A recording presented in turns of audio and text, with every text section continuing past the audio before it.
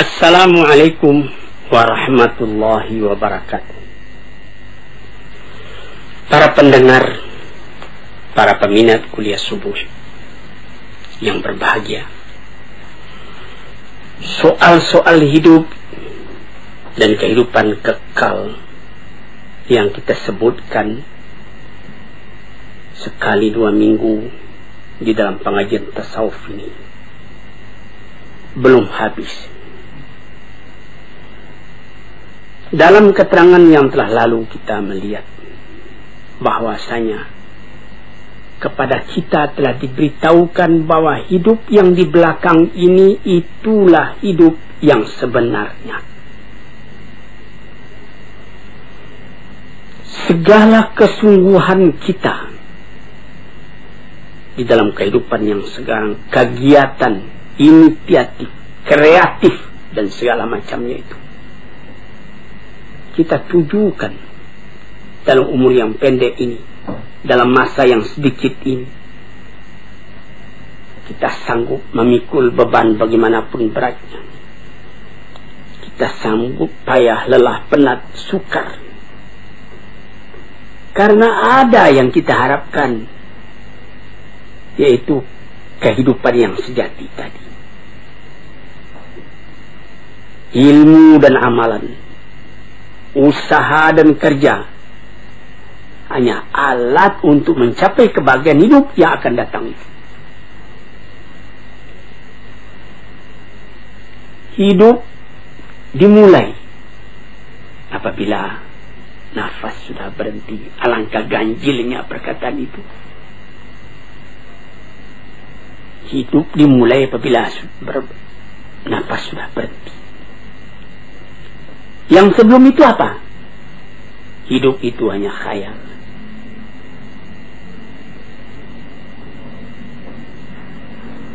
Hidup yang mengumpulkan di antara hilangnya yang disukai, yang tidak disukai.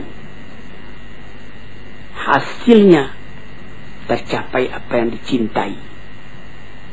Kesucian. Kita tidak pernah kehilangan yang dicintai itu.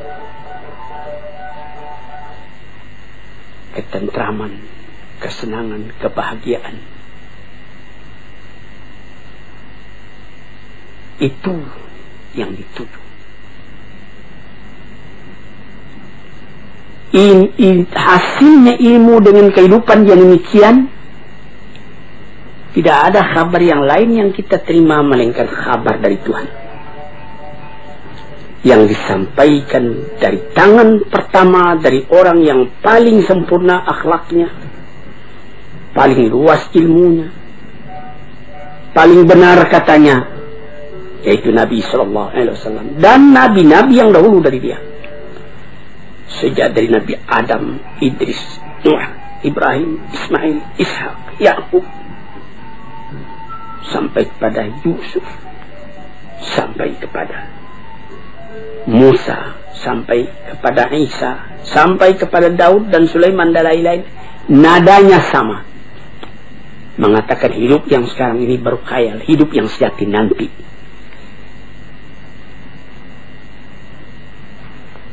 Terbukti hal itu dalam hati orang yang beriman, sehingga boleh dikatakan dari iman tadi jadi menjadi keyakinan. Sehingga jiwa tadi lama-lama pindah daripada bayangan kepada kenyataan, daripada khayal kepada yang akan hilang, daripada hidup yang fana, karena inginnya kepada kehidupan yang sejati itu, karena rindunya kepada kekuasaan yang mutlak itu.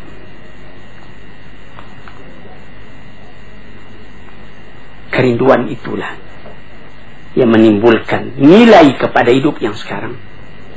Karena pada hidup yang sekarang ditentukan kebahagiaan hidup yang akan datang itu.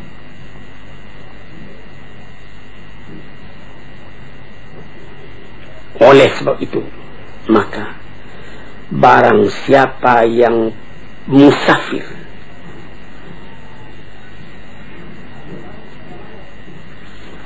menuju kepada kehidupan yang bahagia itu, dia tidak merasakan lagi bagaimana pahitnya jalan yang ditempuh.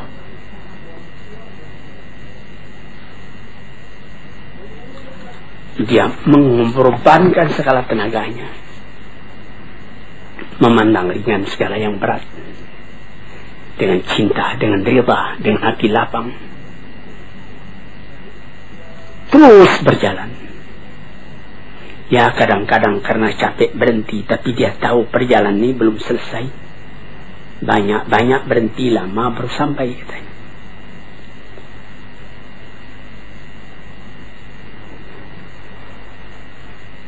Tuan-tuannya yang terhormat, orang yang tidak melihat ini, tidak sampai kepercayaannya kepada ini, adalah orang yang tidak mempunyai ketenangan di dalam kehidupan. Dia lekas putus asa. Ada orang-orang filsafat yang mengatakan hidup ini, katanya, ialah meminta kepuasan.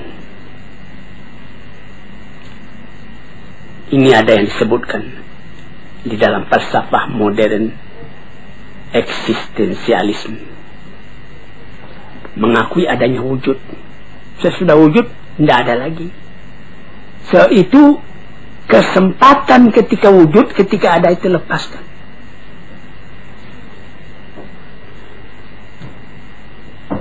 Karena apabila kita telah mati, katanya, sama saja. Seorang filosof yang tinggi, seorang ulama yang besar, seorang perampok, seorang pergayul, seorang yang tidak apa-apa, apabila telah kembali ke tanah, jadi tanah, dimakan ulat. Dia ambil alasan ketika Iskandar Makedoni berjalan-jalan ke satu kuburan. Di sana bertemu dia dengan filosof Diogenes. Lalu dia menanyakan, di situ ada kuburan. Raja Iskandar Makedoni menanyakan, Tuan, mengapa Tuan di sini? Dia bilang, saya sedang menggali-gali kubur. Saya hendak melihat adakah perbedaan di antara tulang ayah Tuan dengan tulang orang-orang lain yang berkubur di sini. Rupanya tidak ada perbedaan. Karena katanya kata filsafat, orang enak membaca. Jadi orang-orang filosof yang begitu, dia percaya kalau sesudah mati tidak ada perbedaan lagi. Tulang sama-sama putih, tanah sama-sama hancur, sama-sama dimakan ulat, habis perkara. Sampai disyairkan oleh ahli syair, innamal aisyu fi bahimiyatil ladzah wa ma yaqulul falsafi. Hidup itu ialah menurutkan kepuasan, ladzah, kepuasan. Segala yang ada ini, katanya, yang penting puas. Puas makan, puas minum, puas bersanggama dan lain-lain sebagainya. Piala dari kematian menyamakan antara orang pandai dengan orang bodoh. Orang-orang yang bodoh itu di bawah bumi sama kedudukan dengan orang filosof. Kalau engkau masih ragu, coba tanya bumi itu, apa perkataannya? Perkataan begini adalah timbul dari orang yang mu'anid, yang menentang agama, menentang akal. Perasaan yang seperti ini dari akal juga, tapi akal yang dipenuhi oleh nafsu, bukan akal yang kembali kepada kemurniannya, kepada fitrahnya. Akal yang jauh daripada iman dan hikmah. Cobalah, hai Malang, apakah oleh karena maut itu menyamakan yang salih dengan yang talih, yang alim dengan yang jahil? Oleh karena itu maka dikatakan bahwa kita sama sekali. Orang di dalam perjalanan sampai ke tempat perantauan yang terakhir. Di mana kesenangan orang itu? Apakah duduk di atas singgasana mahligai dengan keistirahatan, atau duduk dalam kecelakaan, kesengsaraan. Apakah memang berhenti saja segala sesuatu apabila maut telah datang?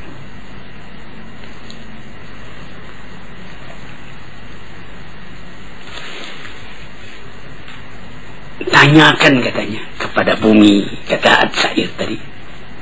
Kita sudah tanyakan kepada bumi dengan renungan dan menungan. Memang di dalam bumi berkumpul segala tubuh, segala badan, tulang-tulang. Kafir dan iman berkumpul, nasab keturunan berkumpul.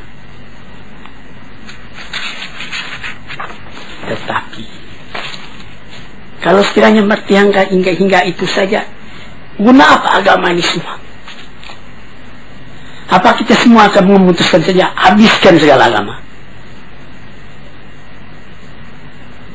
Orang mengatakan habiskan segala agama, kemudian dia membuat agama sendiri. Seumpama ketika terjadi serangan besar-besaran dari Hitler menuju Rusia, nyaris saja Rusia kalah waktu Stalin masih hidup. Apa yang dikerjakan lebih dulu oleh orang-orang pengikut Stalin, oleh orang komunis ketika itu?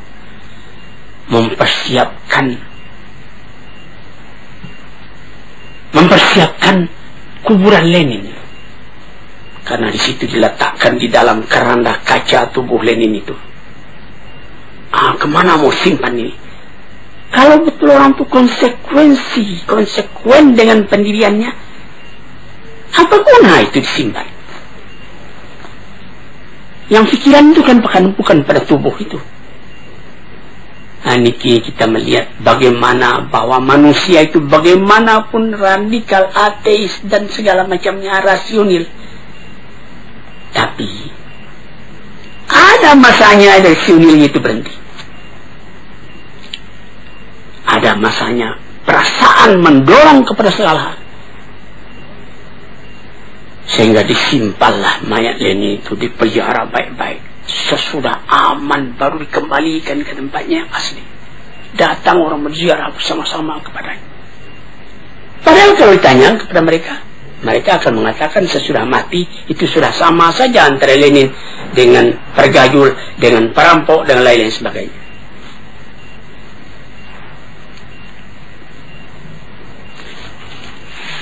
Jadi kalau kita hendak menanyakan bagaimana sebenarnya manusia sesudah matinya,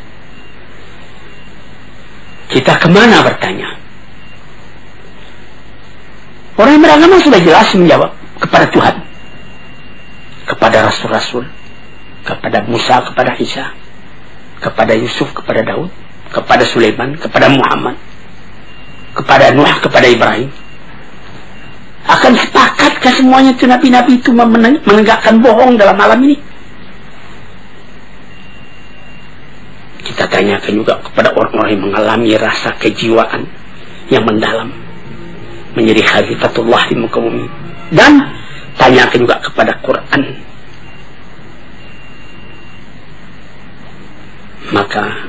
Dan tanyakan juga kepada orang-orang yang telah berpengalaman. Tanyai ilmu, tanyai iman. Sama sekali itu adalah saksi yang dapat diterima. Tanyai akal, tanyai fitrah murni. Dalam Al-Quran dikatakan, am hasibal ladzina yajtarahus sayyiati an naj'alahum kal ladzina amanu wa 'amilus salihati sawa'an mahyahum wa mamatum sa'a ma yahkumun. Apakah menyangka orang-orang yang telah berbuat jahat dalam alam ini akan disamakan saja kedudukan mereka dengan orang yang beriman dan amal salih? Sama hidupnya dan sama matinya. Itulah satu perhitungan yang salah. Yang dapat menyangka demikian cuma orang yang bodoh atau orang mengingkari rasa jiwa di dalam. Sebab itu maka seorang ahli fikir Eropa, Oswald Spengler, mengatakan orang yang bersorak, mengatakan dia tidak percaya akan adanya hari kemudian itu, bersorak karena dia melawan kepada rasa dari hatinya sendiri. Maka memandang kepada soal itu terbagi dua. Ada orang yang memandang kepada ilal asya, kepada sesuatu. Dan ada orang yang memandang pada sesuatu, antara kepada dengan pada lain. Ada orang yang memandang kepada sesuatu, ada orang yang memandang pada sesuatu.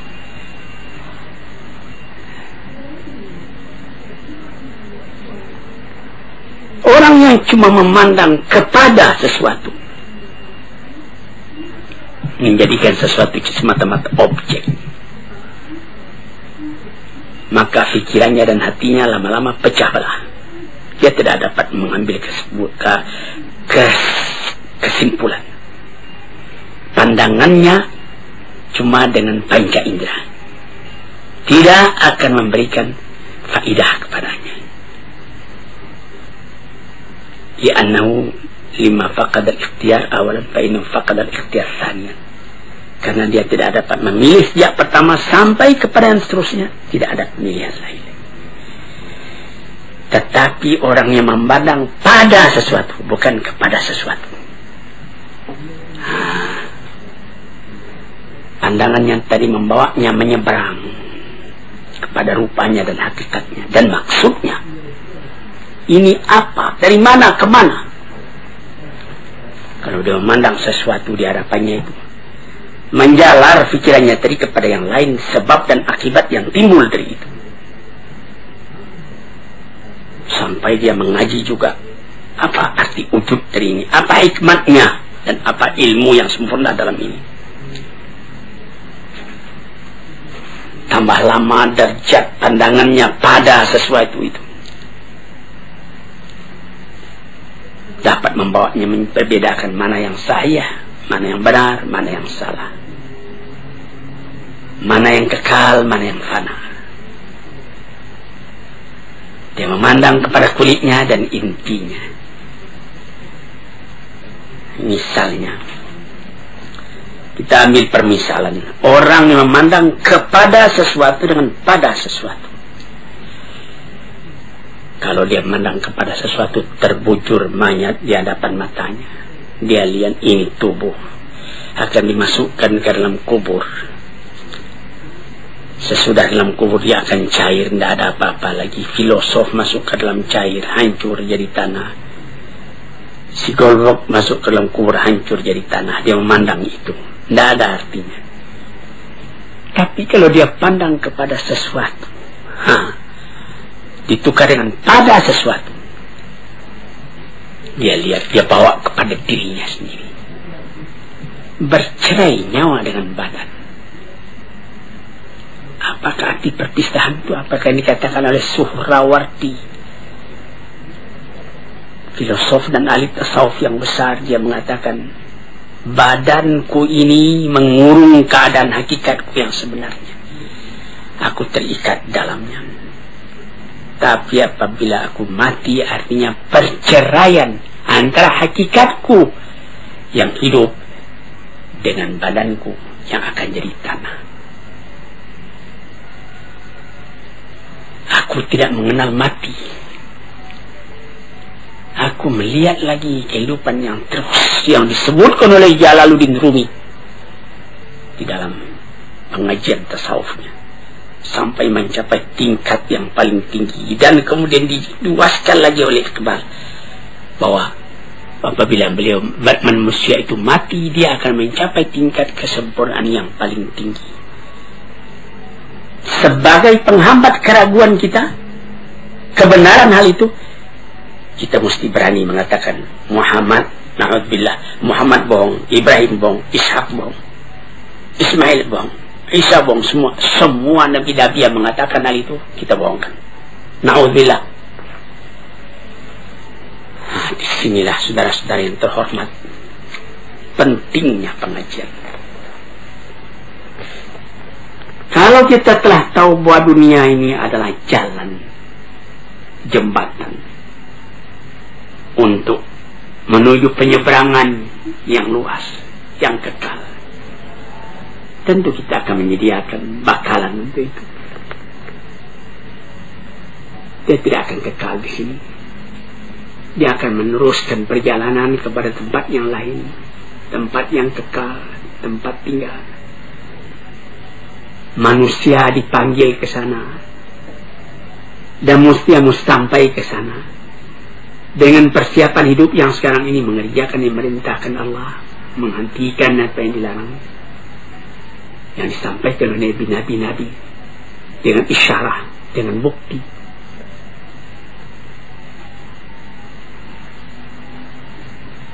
Dengan demikian baru sampailah manusia tadi kepada ketentraman hatinya. Untuk itulah dia dijadikan, untuk itulah dia dipersiapkan perjalanan yang menuju ke sana. Dia ke sana pasti. Pada hidup yang sekarang ini belum pasti. Memastikannya sikap kita sendiri, bagaimana kita menyabarangi jalan itu. Nah, itulah hadirin yang terhormat, hakikat dari kehidupan yang dikatakan tadi, yang di seberang hidupnya sekarang itu hidup yang sejati. Sekian dulu, lain-lain hari kita sambung lagi. Assalamualaikum warahmatullahi wabarakatuh.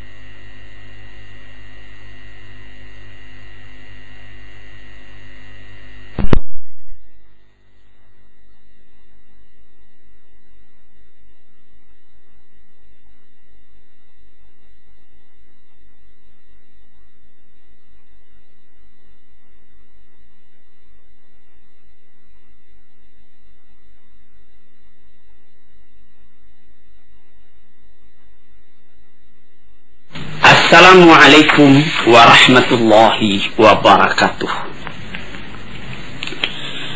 Hadirin, selamat mendengarkan radio kita ini. Sekarang kita akan masuk membicarakan lagi tentang martabat kehidupan, bagian yang akhir daripada keterangan tentang hidup itu. Hidup yang kekal, yang menjadi tujuan dari segala kita yang hidup ini. Hidup yang dikejar oleh tiap-tiap orang yang sadar akan arti hidup sendiri. Itu orang berlomba menempuhnya. Itu ialah hidup sesudah mati.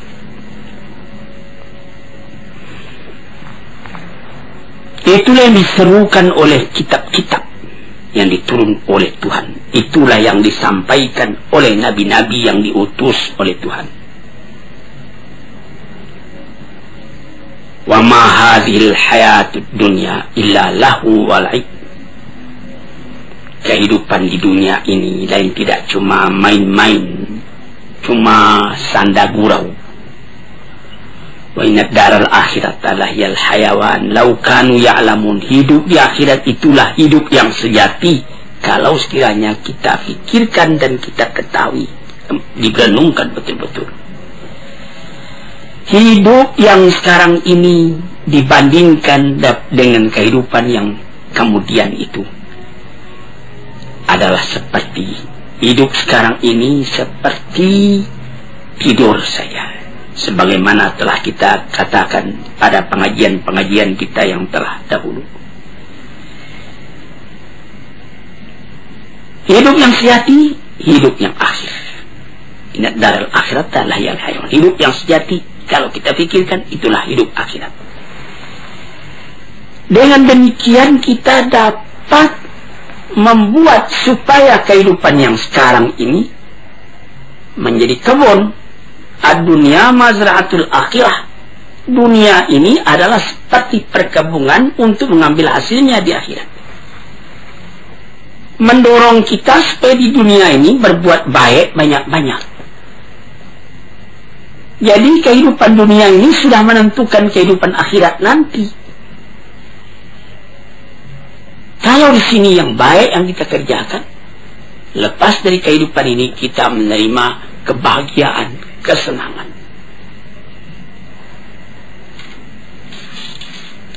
Nabi Muhammad sallallahu alaihi wasallam pernah memisalkan, apa kata beliau?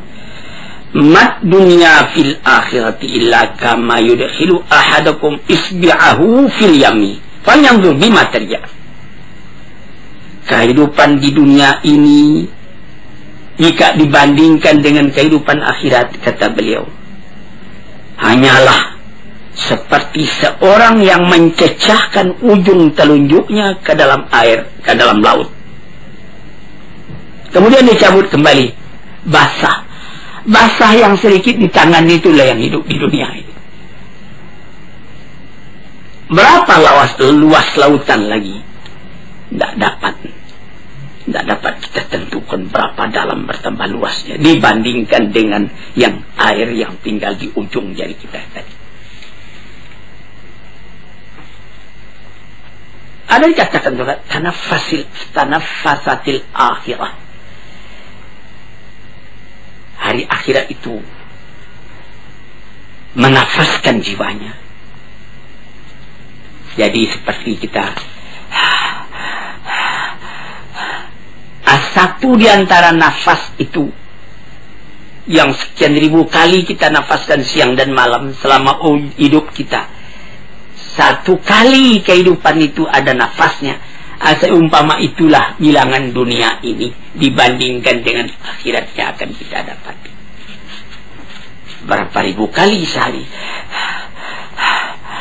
Begitu. Yang sekali itu, itulah hidup. Hidup yang sekarang ini. Maka orang yang pandai memakaikannya, nafas yang sejenak itu dapat dipakainya dengan baik, dan dia beramal menurut itu, atau dia menukikkan dirinya masuk ke dalam air lautan sehingga basah ujung jarinya. Itulah bagaimana cara membasahi, bagaimana cara bernafas. Itulah apabila kehidupan orang yang beriman, orang yang beramal salih di dunia ini merasa lapang, merasa bahagia, merasa tentram. Apa jadinya kalau sekiranya dia telah lepas daripada penjara dunia ini, bercerai nyawa dengan badan dia masuk ke alam barzakh? Apa perasaan pada waktu itu? Pada lahirnya kelihatan tubuh dimasukkan ke dalam bumi, asal tanah pulang ke tanah, air pulang ke air. Tapi yang roh itu terlepas dari ikatannya. Seperti kata Suhrawardi, seorang sufi yang besar, seperti burung di dalam sangkar, dia berkicau, dia ingin keluar. Kemudian sangkar terbuka, burung pun terbang. Sangkar kosong, burung bernyanyi di tempat yang luas. Demikianlah roh apabila keluar dari badan. Setelah mendapat kelapangan di alam barzakh, bagaimana lagi kehadapan di Darun Naim, di negeri yang indah, di tempat permakaman yang tidak akan hilang. Apalagi dikatakan bahwa yang jadi inti kebahagiaan di dalam surga Jannatun Naim itu ialah melihat wajah Tuhan. Wujuhu yawma idzin nadhirah. Muka pada waktu itu berseri-seri. Ila rabbiha nadhirah. Karena pada hari itu kita dapat memandang Tuhan. Tidak ada kebahagiaan yang lebih tinggi daripada itu. Sehingga pernah ditanyakan orang kepada Rabi'atul Adawiyah, bagaimana pandangan Tuhan tentang neraka, tentang surga? Pandangan saya cuma satu, memandang wajah Allah. Dimanapun aku ditempatkan, aku dapat memandang wajah Allah. Itu 1000 kali lebih daripada surga. Sesudah melihat wajah Tuhan, kebahagiaan pagi, kebahagiaan sore, mendengar seruan panggilan dari Tuhan. Kemudian timbullah tanya, ma sababu takhallufin an nafsi antara bihadil hayat allati la khatara laha. Mengapa maka mereka itu, manusia itu, kebanyakan sungkan, takut menghadapi kehidupan yang sejati itu? Mengapa mereka merengah daripadanya?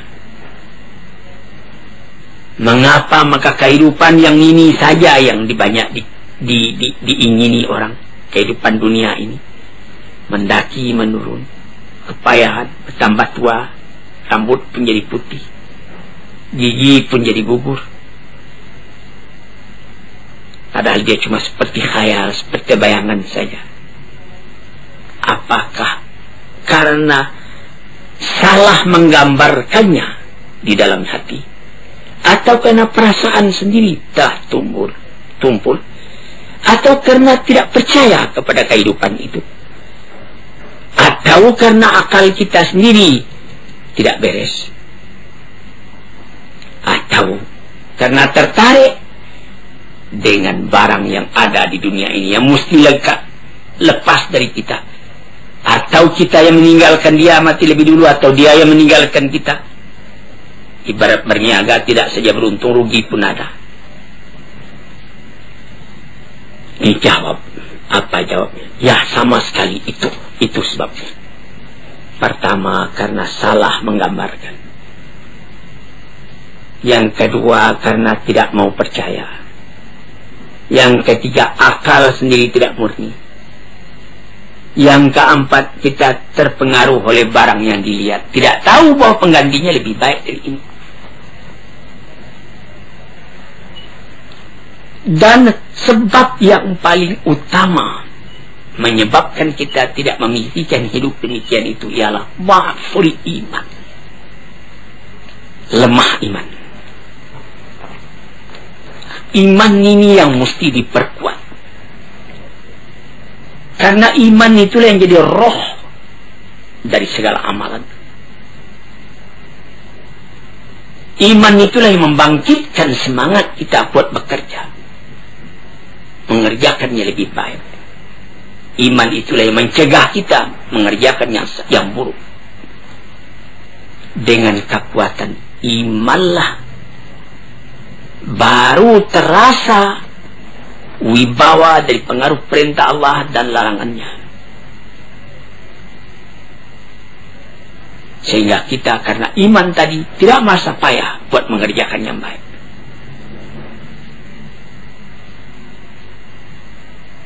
Itu. Maka apabila kuat iman, kuatlah kerinduan kepada hidup yang demikian itu, dan sangatlah hati kita rasa didorong oleh iman buat beramal karena ingat akan hari itu. Hadirin para pendengar yang terhormat, iman kepada kehidupan yang akhir itu bukan artinya kita menolak hidup, bukan menyuruh kita cuma sembahyang saja dari pagi sampai sore, sampai petang, sampai malam sehingga tidak tidur lagi. Bukan. Apabila kita bekerja, misalnya bekerja di kantor, bekerja di ladang, bekerja berniaga, pasangkala itu dengan iman, itu nanti menjadi amal juga buat persediaan kita menghadapi akhirat esok. Misalnya orang menjadi pegawai negeri, dipasangnya dia dari hati, saya menjadi pegawai ini supaya saya dapat menservis kepada masyarakat dengan baik. mencari harta yang halal untuk pembelanja rumah tangga saya, untuk menyekolahkan anak saya. Biar sedikit, asal amal saya itu amal yang salih. Jadi bekerja di kantor itu pun menjadi amal yang salih, menjadi pangkal kebahagiaan pada hidup yang kekal nanti itu, hidup yang sejati itu. Kita mencari makan, berniaga di kota, di pasar, itu pekerjaan duniawi, tapi pasanglah niat. Mengapa engkau mencari makan? Karena ada perintah Tuhan di dalam Al-Quran, kulu min tayyibati ma razaqnakum, makanlah oleh kamu segala yang baik rezeki yang kami berikan kepada kamu. Dengan kata kulu ada perintah, makanlah. Maka segala usaha mencari makan tadi, karena berdasar kepada ayat itu, kita pun berusahalah mencari makan dengan niat yang begitu, sehingga dia menjadi amal kita yang kekal buat akhirat. Atau seperti menjadi saudagar, apa kata Nabi, at-tajrus saduqu fi zumrati syuhada'i yaumal qiyamah. Orang saudagar yang jujur, tempatnya sama dengan tempat orang yang mati syahid di hari kiamat. Jujur, ucapannya mudah betul, tetapi dalam prakteknya menegakkan kejujuran itu juga satu pengorbanan. Tetapi itu suatu alat untuk membahagiakan kita pada hari akhirat tadi, atau yang lain-lain. Di dalam Al-Quran banyak perintah. Kulu min samarihi, makanlah buah-buahan itu. Jadi kita disuruh bertanam supaya dapat melaksanakan itu. Famshu fi manakibiha wa kulu min rizqih, berjalanlah di atas dataran bumi, injak bahu bumi itu, makanlah rezeki yang tetapi dari bumi. Jadi segala amalan kita bukanlah artinya saya tidak mau lagi mencari makan, saya mau salih saja. Tidak salih namanya itu. Nah, itulah maksud perkataan Rasulullah, ad-dunya mazra'atul akhirah. Dunia itu adalah satu mazra'ah, satu kebun yang akan kita ambil hasilnya nanti di akhirat. Nah, sebab yang kedua menjadikan kita lengah, tidak ingat itu, kita pandang hidup itu cuma yang sekarang ini juga. Karena kelalaian sudah masuk ke hati kita. Lalai itu sama dengan tidur. Lalai, ghafalah hati kita, itu tidur hati. Sebab itu banyak kita lihat orang yang matanya nyalang tapi hatinya tidur. Lain dengan Nabi, matanya tidur tapi hatinya nyalang. Yanamu ainuhu wala tanamu ainuhu wala tanamu qalbuhu. Matanya tertidur tapi hatinya tidak. Terbalik dengan kita, mata nyalang tapi hati tidur. Dibangunkan, tahsabuhum ayqadhan wa hum ruqud, disangka mereka itu bangun padahal dia tidur. Yang demikian itu menutup akan kesadaran hati, sehingga sama dengan tidur, malah dekat kepada mati hati. Fa innal qalba idza qawiyat fil hayatu la yanamu idza namal badan, katanya.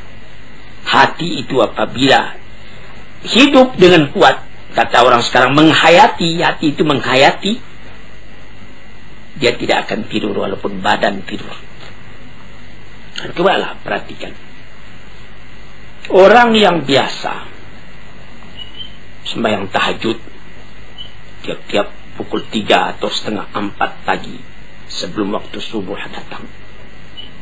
Walaupun dia baru tertidur matanya pukul 2, namun dia waktu dia biasa sembahyang itu, sembahyang tahajud tadi pukul setengah 4 ke pukul 3, dia sendirinya bangun walaupun dia sebentar cuma tidur, karena sudah didesak oleh satu kesadaran batin, sehingga lebih dulu bangun hatinya daripada matanya. Itu dapat kita perhatikan.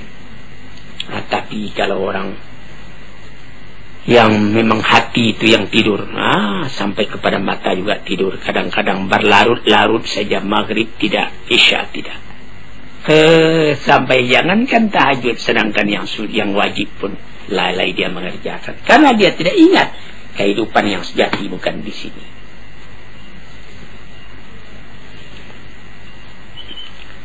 Oleh sebab itu maka hidup yang sempurna itu telah dituntunkan oleh Nabi kita sallallahu alaihi wasallam. Bagaimana? Waliman ahyallahu qalbahu bi mahabbati wa itba'i risalati ala basirin min dzalika bihasbi nasibihi minhuma. Yaitu orang yang dihidupkan Allah hatinya. Bagaimana Allah menghidupkan hati? Dengan perasaan cinta kepada Allah. Kalau cinta kepada Allah, in kuntum tuhibbunallah fattabi'uni, kata Rasul. Kalau engkau betul-betul cinta kepada Allah, ikutlah aku supaya cintamu itu bisa berhasil. Orang mengaku cinta kepada Allah, Rasul ditinggalkannya, dia bikin ibadat sendiri menurut khayalnya masing-masing. Tidak jadi. Rasul itu yang telah dipilih oleh Tuhan buat menjadi utusannya, menerangkan mana kehendak Tuhan.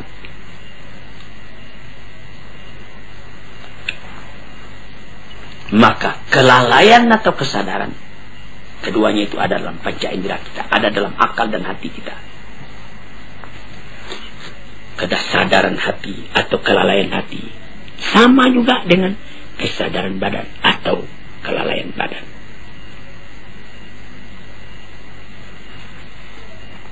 Kesadaran perasaan terbagi dua. Kesadaran hati pun demikian juga. Kesadaran badan atau kesadaran perasaan itu menembuskan dalam jiwa tiap-tiap. Tidak ada terdengar perintah, tapi ada kesadaran dalam batin. Dia bangun mengerjakan perintah itu.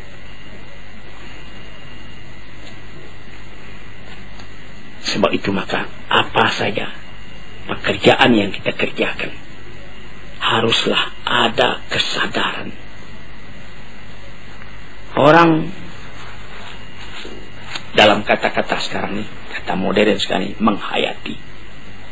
Orang bisa ya bangun pagi, bayang, subuh, 2 rakaat, buka pintu, keluar, kamar mandi. Maka kamar mandi, buka pintu, sembahyang itu sudah rutin saja, tidak ada hayatannya lagi. Sehingga ada orang yang lupa, apakah saya sudah buka pintu tadi? Atau dia kunci pintu? Tadinya dia sudah kunci karena sudah biasa begitu saja. Lalu dia nanti setelah masuk ke tempat tidur, dia pula, saya sudah kunci pintu tadi. Padahal tadi sudah. Mengapa maka sekarang diulangnya lagi, tidak pergi mengunci? Karena dari tadi itu dia tidak sadar bahwa dia telah mengunci. Cuma kebiasaan badannya saja. Nah, celaka kalau beribadat juga seperti itu. Sampai orang lupa, saya sudah sembahyang tadi.